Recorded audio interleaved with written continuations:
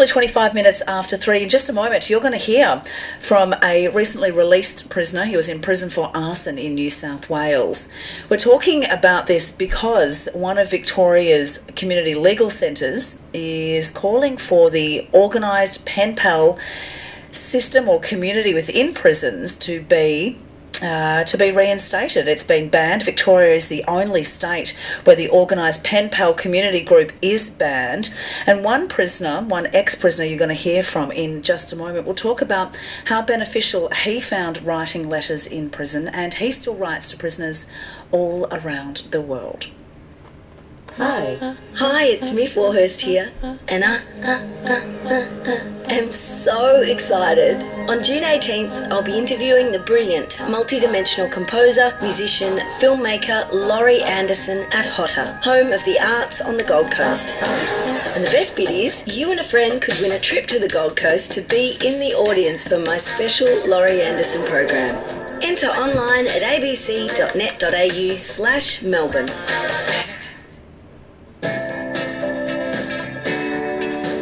You're with Richelle Hunt on ABC Radio Melbourne.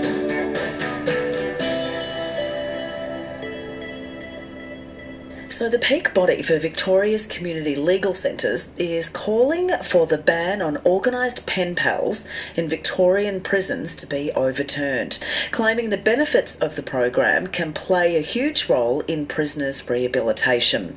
Well, Damien Linnane spent 10 months in prison in New South Wales for arson. He was moved around to around 6 different prisons as a result of overcrowding, sometimes moved further away from friends and family and too far for them to visit. So, Damien, welcome to Afternoons. Yes. Would a pen pal program have helped you, do you believe? Oh, most definitely. Prison obviously is pretty isolating. As you said, they often send you to a prison that's really far away from your family, which makes it difficult for them to visit. And you're generally locked in yourself for about 16 hours a day. Sometimes they don't let you out at all if there's staff shortages. And writing is pretty much the only method of communication you have available to you all day, really. So it plays a really big part in your mental health in prison. And why would a program like this have benefited you? Because this is beyond writing to friends and family. It's quite an organised pen pal program. Yeah, definitely. That's the thing. Something I found was that letter writing in particular, seems to be a lost skill.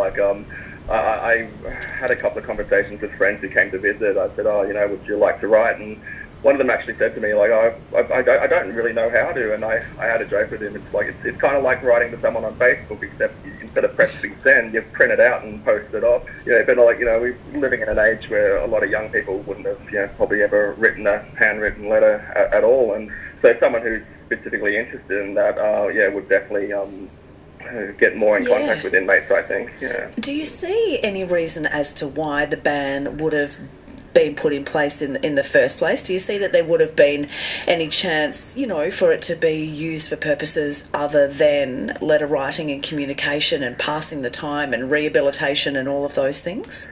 No, I'm completely gazumped by the fact that there's this ban in place. I mean, the justification given is security grounds, but I mean, there's one thing you need to keep in contact is if you're writing to an inmate, you've got complete control over the situation. You can stop writing at any time if they say something you don't like. And secondly, an organised pen pal program actually takes away the need to give out any private details. For example, right now there isn't an organised program. Prisoners would have to write directly to people on the outside, whereas I actually participate in pen pal programs in the UK and the United States, and they've got a system set up where you actually go to the website and you type in the letter you want to cite, when it want to send, and you send it off. They charge your card a couple of dollars for postage, and a third party forwards your letter on, and that party will receive the letter back and then from the inmate and forward it on to you. So the inmate actually doesn't necessarily have to get your contact details. And what this pen pal ban effectively does is it forces the inmates to write directly rather than through a third party, which kind of defeats the purpose of protecting people's privacy as far as I'm concerned. So Damien, what made you, once you were released from prison, what made you take part in pen pal programs in the UK and in the States? Well, basically, I just know how lonely it gets in there and how much it can brighten your day when someone actually has taken the time to write to you. I actually got a letter back from a Penpal in Missouri on Friday, and he was just, you could tell in the language he was using, he said to me something that I identified with, which is that for every 10 letters he sends out, he gets about 3 back. And that's a pretty fair ratio, accurate ratio as far as I'm concerned. But yeah, he was just thrilled to have someone to talk to and tell his story and really stay connected with the world. And that's what it's all about, really.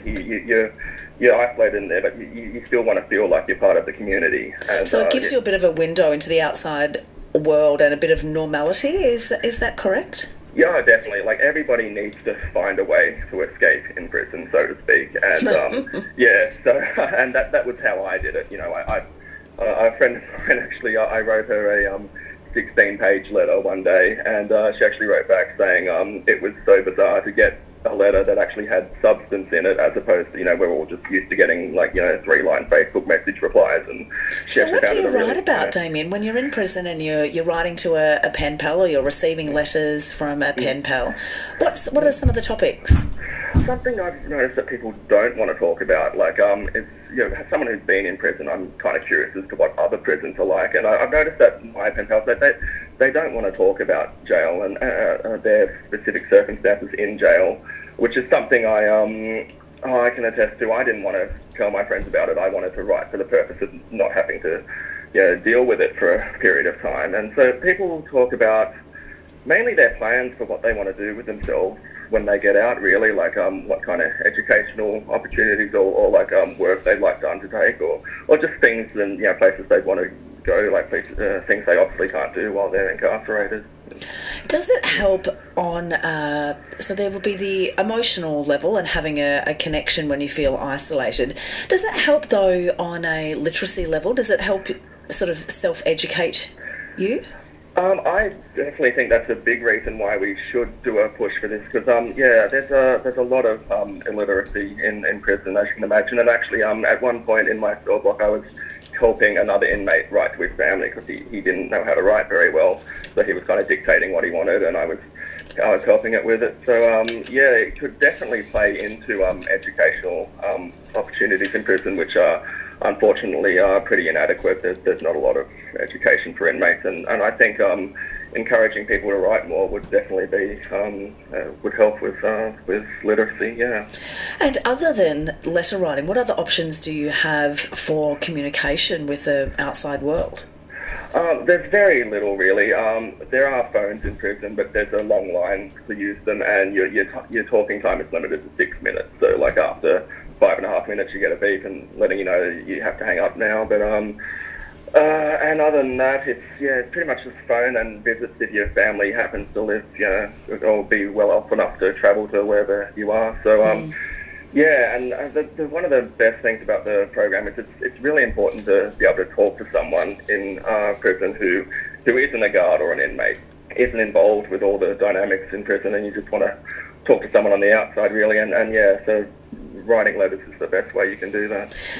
Damien, just finally, one of the quotes from the Deputy Corrections Commissioner, Brendan Money, as to why they have banned this is saying the exploitation or the manipulation that may occur when a prisoner and a pen pal don't know each other. Do you agree with that? If somebody had written to me, I certainly wouldn't have done that. I would have just been thrilled that someone wanted to talk to me. Statistically, unfortunately, I think, it's just somebody eventually will get a letter that they don't like from someone, but like I said, they've got complete power over the situation. If you don't like something an inmate's written to you can just stop writing to them. So I don't see it as any more of a concern than visiting. Really, you can go and visit any inmate you want. So I don't really see it as increasing the chances of something like that happening. And Damien, how long has it been now since you've been released from prison? So it's been 20 months since I've been released from prison. I've started a master's degree at university. Unfortunately, they didn't have the resources for me to start that in prison, so I've started that now that I'm out, and I'm working part-time in the health industry and writing to a lot of inmates and just trying to enjoy life, really, yeah. Well, best of luck with your recovery and rehabilitation. It sounds like you're well and truly on the way. Damien Linnane, thanks so much for speaking to us on Afternoons. You're welcome. Thanks a lot.